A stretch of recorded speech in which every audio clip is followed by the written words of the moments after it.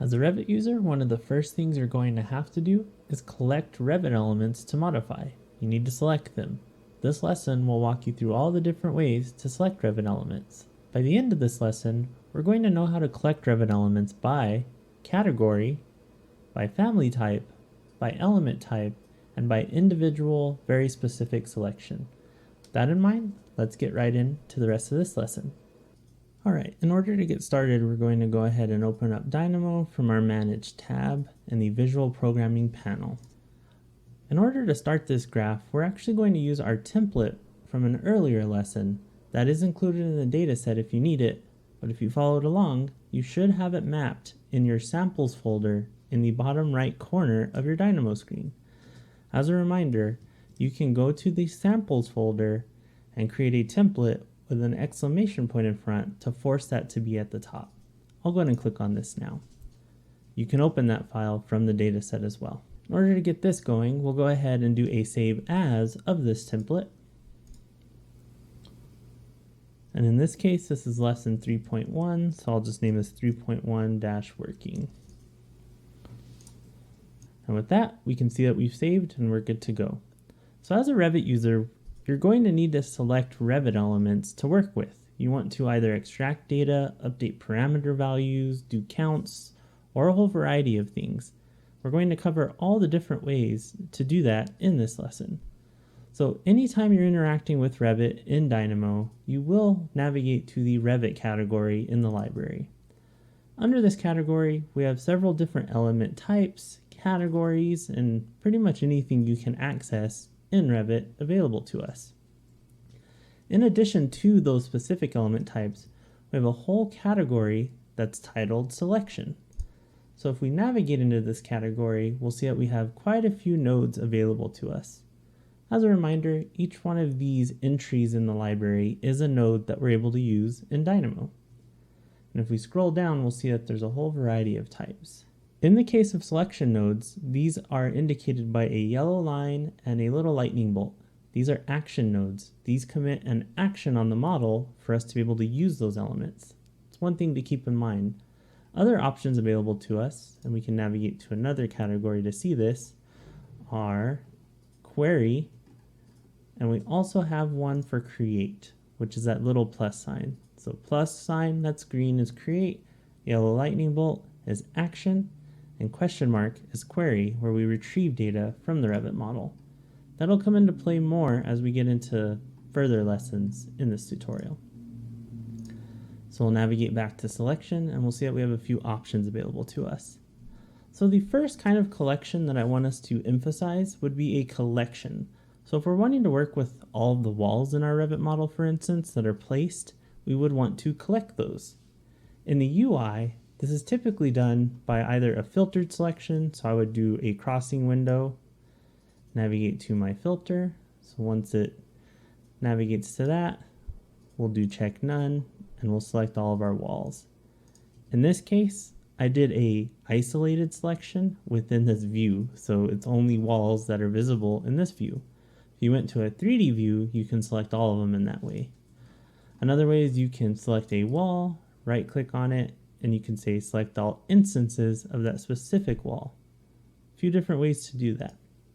We'll go ahead and take a look at a category selection within Dynamo. So in Revit, everything has a category.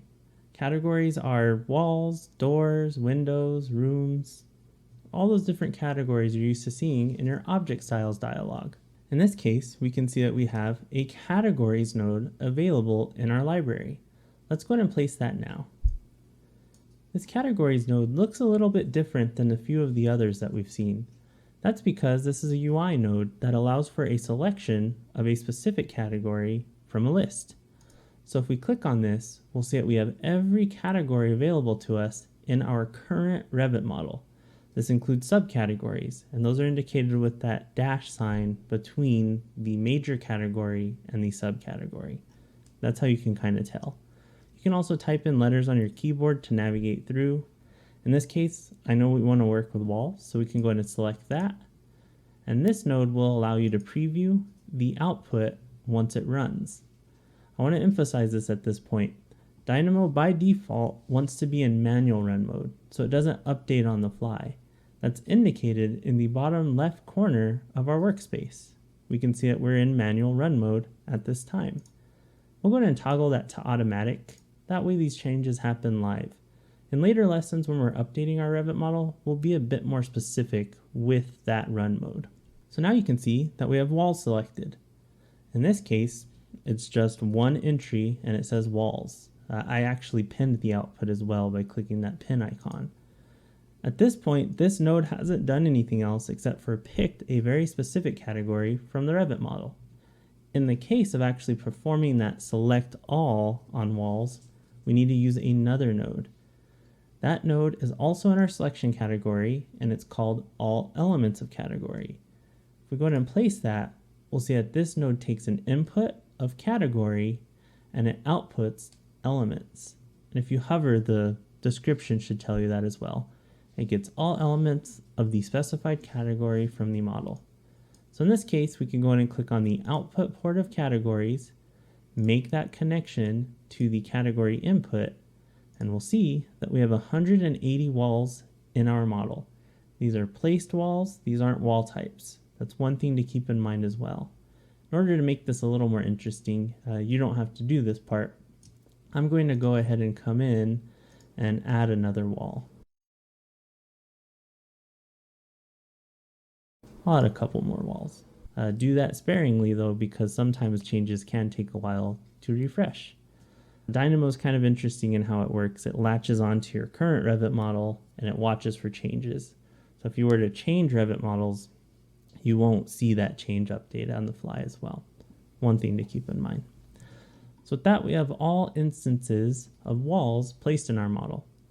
So let's say we want to actually extract the wall types. So in Revit, we have instance-based selection. Those are placed instances within our model. In addition to those elements, we have types. Types are available in the type selector on the properties palette in Revit. Additionally, if we navigate to the families category in project browser and we navigate down to walls, we will see that we have various wall types in our model as well. So let's say I wanted to actually collect these wall types to see what wall types are loaded in my template or something like that. You might be inclined to want to do this through the category selection. If we navigate to category, you will see that wall types are not an option in this node. This node is meant for placed elements in your Revit model, something to keep in mind. In order to interact with element types, we have to kind of expand our thinking a little bit. In our selection category in the library, if we scroll through, we will see that we have a few nodes that say the word types. We have one for family types, which we'll try here in a second, but we have another one that's for element classes. That's a very confusing name. To break that down a bit, Revit has a programming interface to it, an API, and it's object-oriented. That means that there are various hierarchies within the Revit API. So a simplified example of this would be dogs, for instance, if you wanted to use a generic example. Dog would be a class of something. Subclasses of dog would be like Labrador, German Shepherd, Dachshund, all sorts of different dogs. Those are subclasses. The same thing goes for Revit elements. We can have elements and we can have sub-elements as well. As we interact with it, it will make a little bit more sense over time, but element classes are technically all the element types in our Revit model. In older versions of Dynamo, this is actually called element types. It is element classes in newer versions of Dynamo. So that is one thing to keep in mind if you bounce back and forth as well. So we'll go ahead and place the element classes node. And now as we click on this node to navigate the drop-down, we will see that we have a few different options in here that we didn't see in the categories node. We have things that say type, we have analytical objects, we have a whole lot of different objects available to us. In this case, if I go ahead and hit W on my keyboard to navigate down the list, we will see that we have wall. Wall is an option because wall is an element type within Dynamo. Wall is an element type within Revit. It's actually a wall. In addition to that, we do have wall type, and wall type is the one that we're going to go ahead and select. So with element classes, it's very similar to the categories node. We have another node called all elements of class, and it says all elements in the active document of a given class. Let's go and place that node now as well.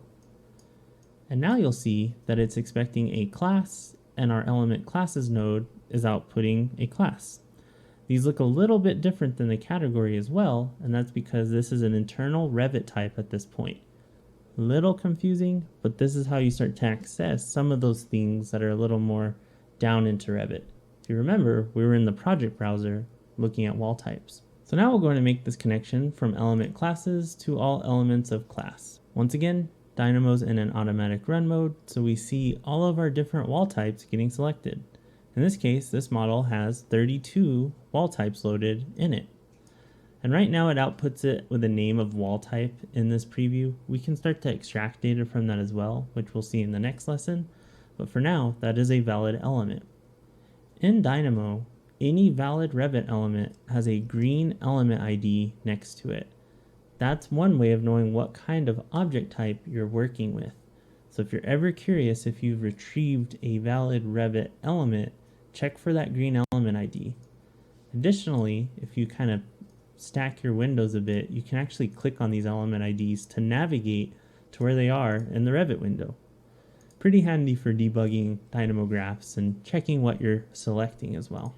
And if you didn't know, every element in Revit does have an element ID. To confirm this, you can select a wall in the interface, go to Manage, IDs of selection, and you can see that there is an element ID for that element.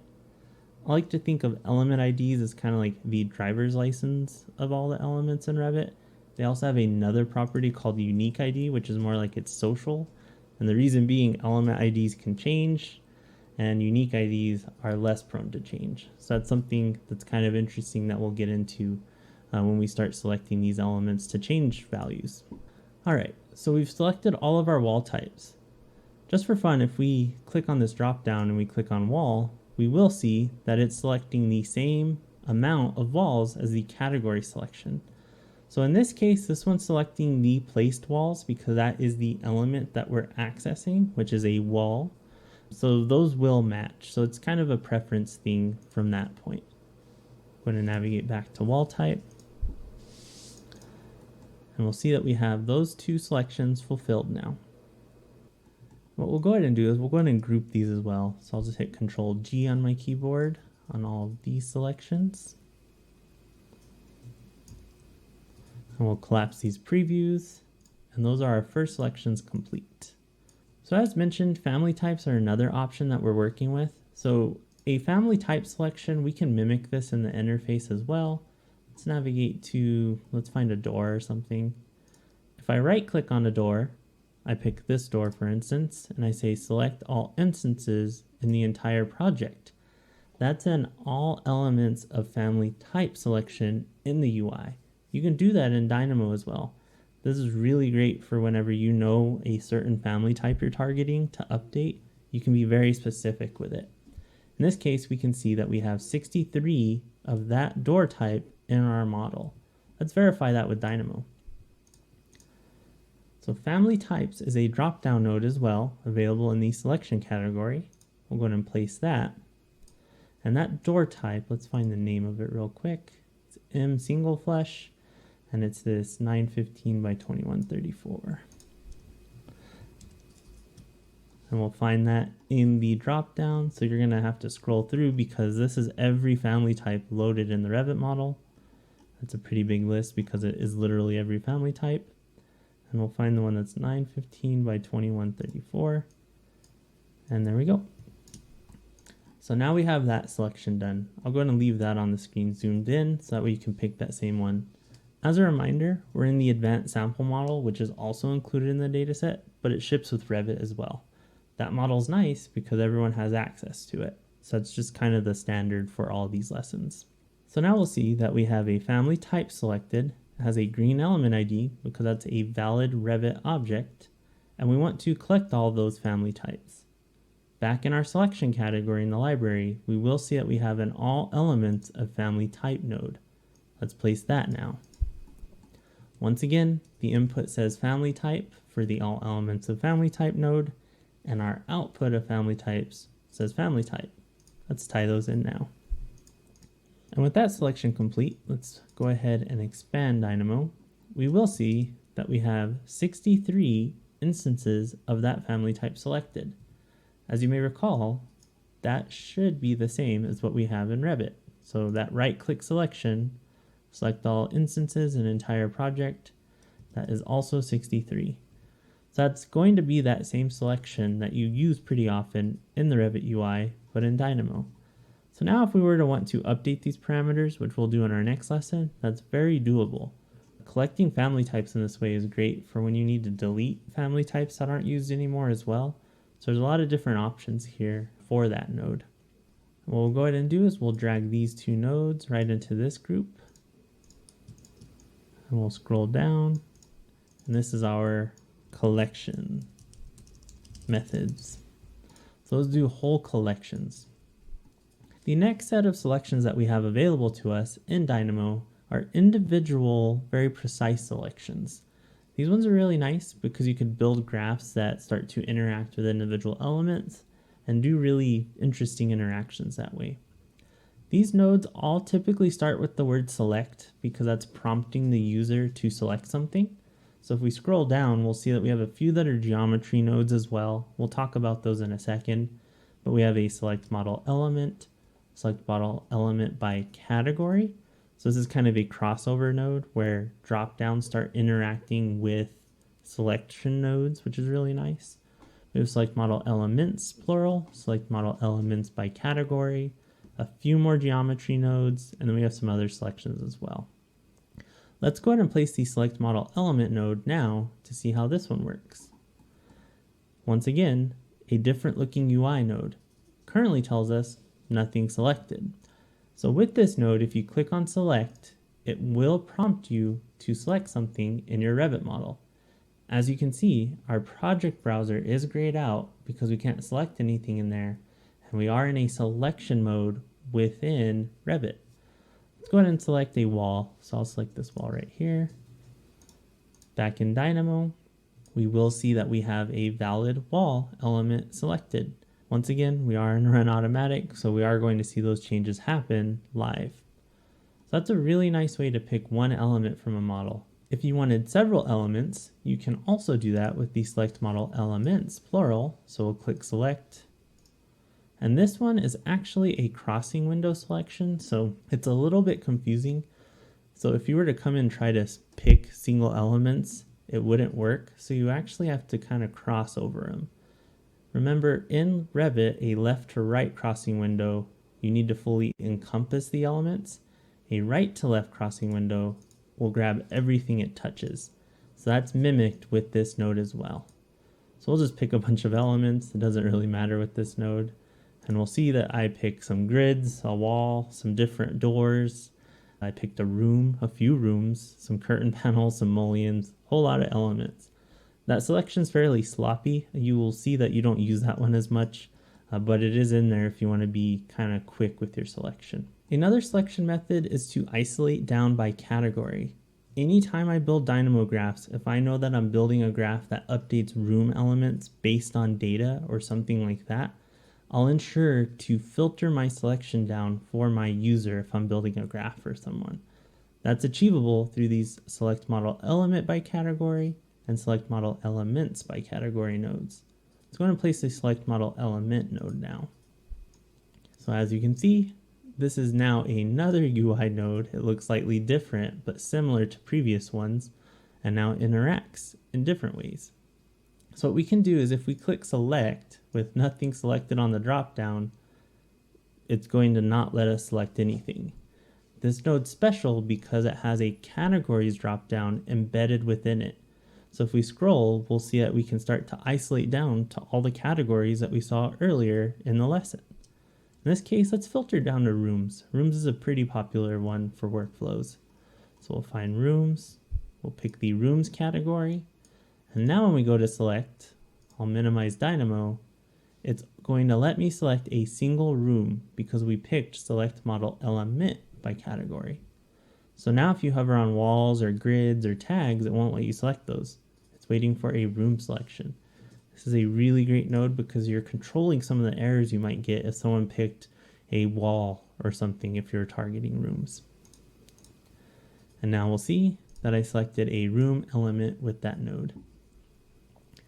In addition to the singular selection, we have a select model elements by category. So we're going to do the same thing with this. We're going to input rooms, move a little faster for this one, and we'll click on select. So now with this node, this one's really nice because it's a pick selection. So it can be a crossing selection if you like, but you can be very specific with your selection and subtract or add to it as well. This node's great for selection methods within Dynamo and Revit. So if I navigate around, we can pick some rooms. And with this one, you also have to hit finish in the taskbar. So one thing to keep in mind with this node is you have to hit finish. So we'll hit finish now. Back in Dynamo, we'll see that I ended up selecting 9 different rooms. All these have element IDs that are green. They're valid Revit elements, and that selection's complete.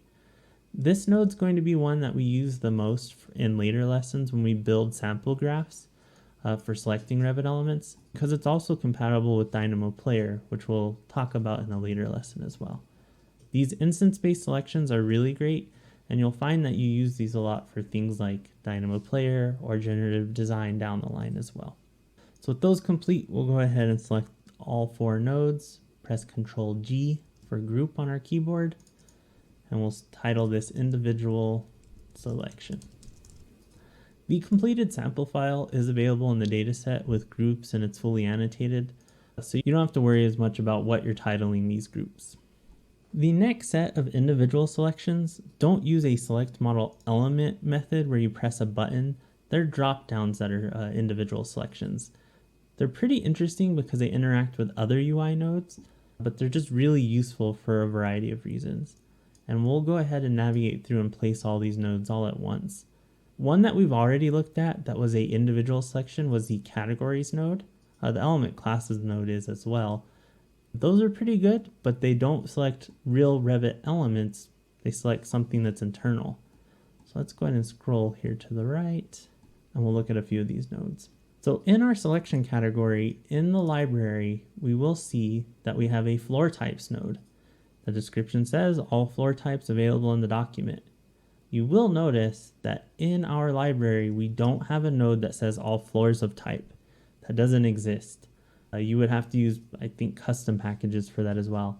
That's because this is an individual selection node that lets you pick a floor type to use if you were creating floor elements, for instance. If we hover and pick a floor, we will see that it has a green element ID, and that's because it's a valid floor type element in the Revit model. One thing to keep in mind is you'll use this a lot when you're creating Revit elements. A really popular example for floor types, for instance, is creating finished floors within a room based on the room boundaries. That one's a really cool example, and that one we'll include in the dataset as well.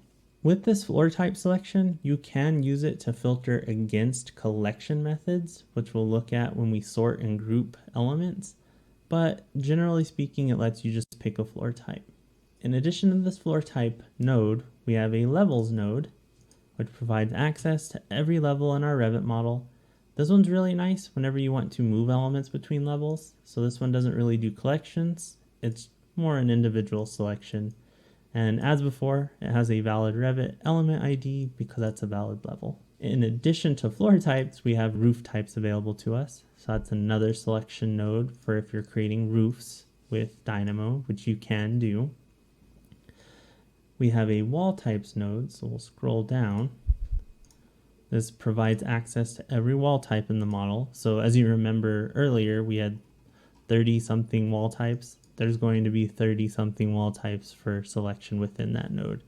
And that exact number of wall types we can confirm is 32 back in our collection method. Another drop-down node that's an individual selection is the views node. This node's really cool because it provides access to every view in your Revit model, and they're all just titled how they would be in the project browser. The cool thing with this is if we were to pick a view, so this floor plan view, It is a valid Revit element because it has a Revit element ID. This can be used in conjunction with another collection node that we didn't cover in the first place. In our selection category, we have our all elements of category node, which we used previously. In addition to that node, we have an all elements of category in view node. So if you're ever creating workflows that work in a specific view, you are able to use this node to only pick the elements visible in that view, not the whole model like we've done previously. So if I were to place this node, and we'll go ahead and drag this over by our initial collection of categories, select both nodes and drag it. I'll reuse the output of this categories dropdown for the category input, and for the view input, we'll use the output of the views node that we just placed. You will now see that we have 74 walls collected in this specific view. The all elements of category node has 182 walls.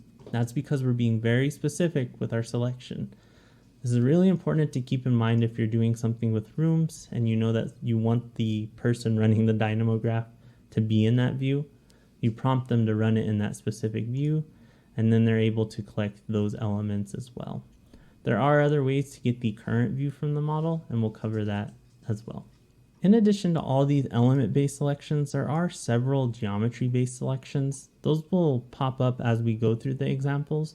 What I'll do is I'll open the sample file to talk through those a little bit.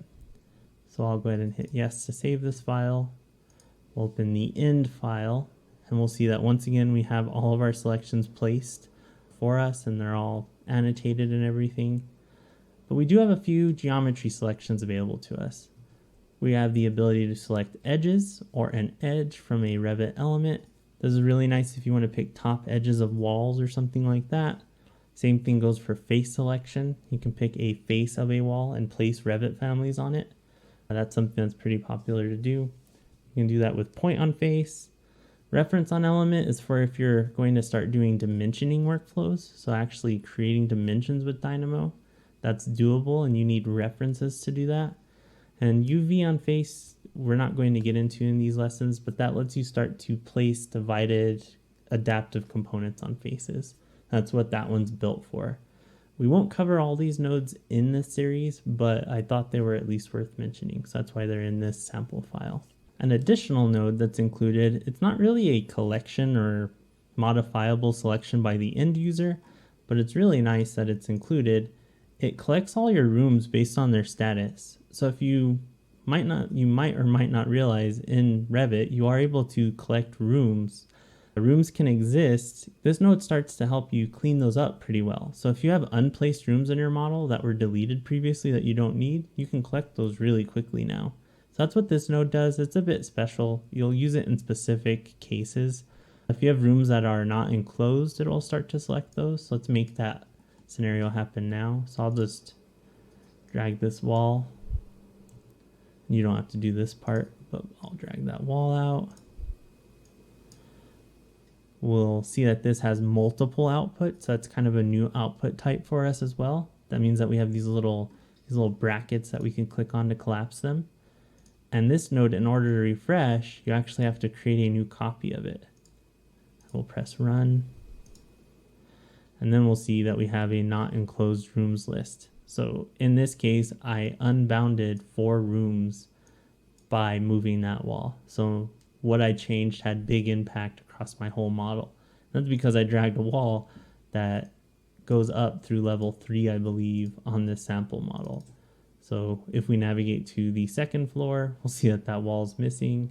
And the third floor will also have that wall missing. And that's because it was a really tall wall that bounded a lot of rooms. So kind of another thing to keep in mind. So if you have a Dynamo graph that checks for which rooms are grouped by what status, you can start to interrogate your model as well based on these criteria, which is really nice.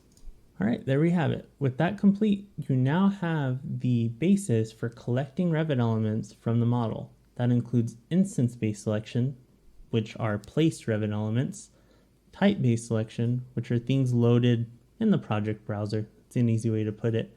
And individual selections like picking elements in a model or being very specific with some of these other selections like views or categories or even sheets. Sheets is another node that's in there as well. That in mind, those selection methods are going to help us in our next lessons to be able to get Revit elements, to be able to update them. Collecting Revit elements is the first part of the battle with updating them, so with that complete, you now have the collection methods available to you to be able to start to interact with the Revit elements in really great ways.